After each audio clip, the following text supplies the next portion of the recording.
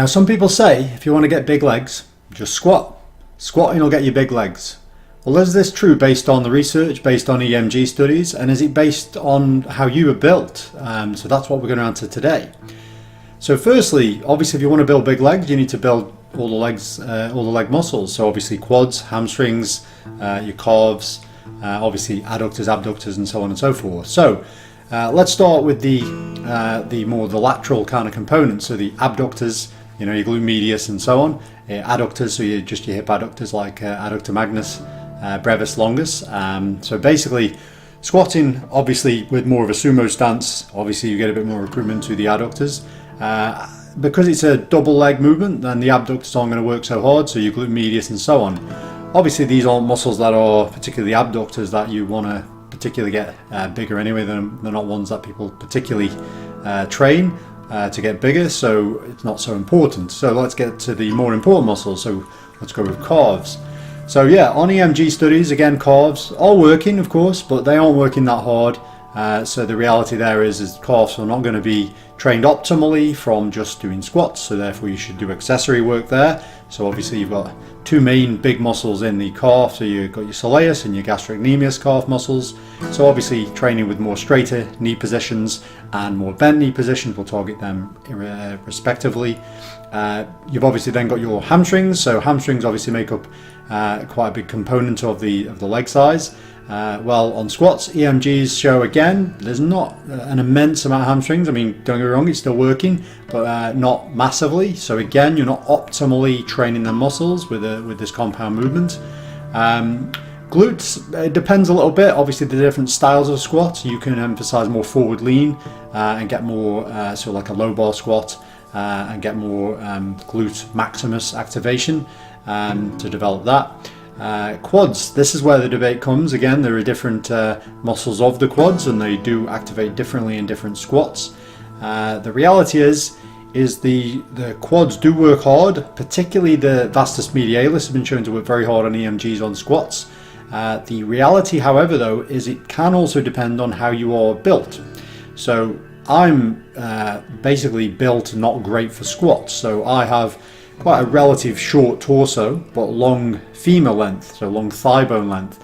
And what this means is that for me to be able to squat to any sort of relative depth, I have to have more forward lean at my hip joints, which obviously is not considered to be an ideal optimal position for squatting ideally.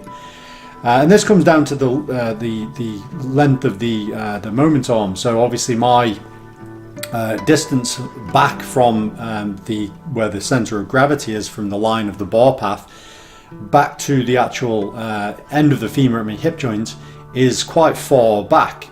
Well, obviously more further back body weight means more likely to fall backwards.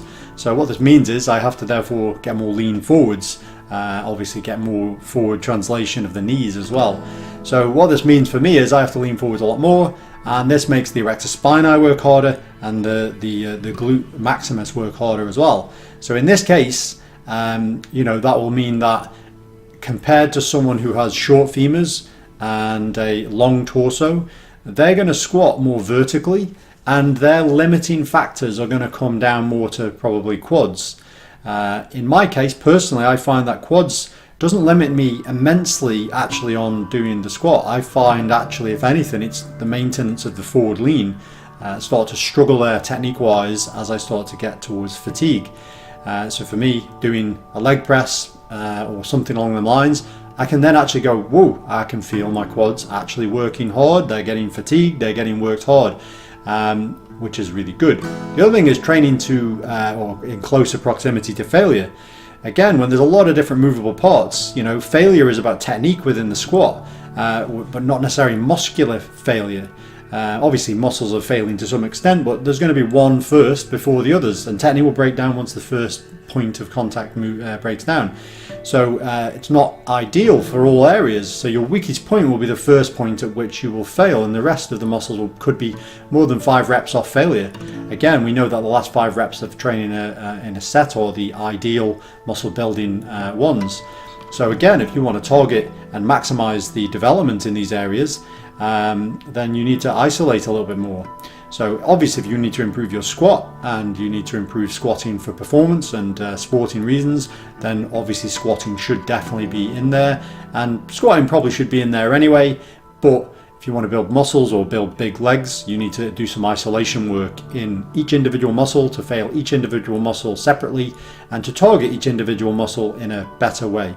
So anyway, that concludes this one, and I'll see you next time. We want to keep making great content for our subscribers, so if anyone would like to support the channel by making a pledge, then we would be extremely grateful, and you can do this on our Patreon page here.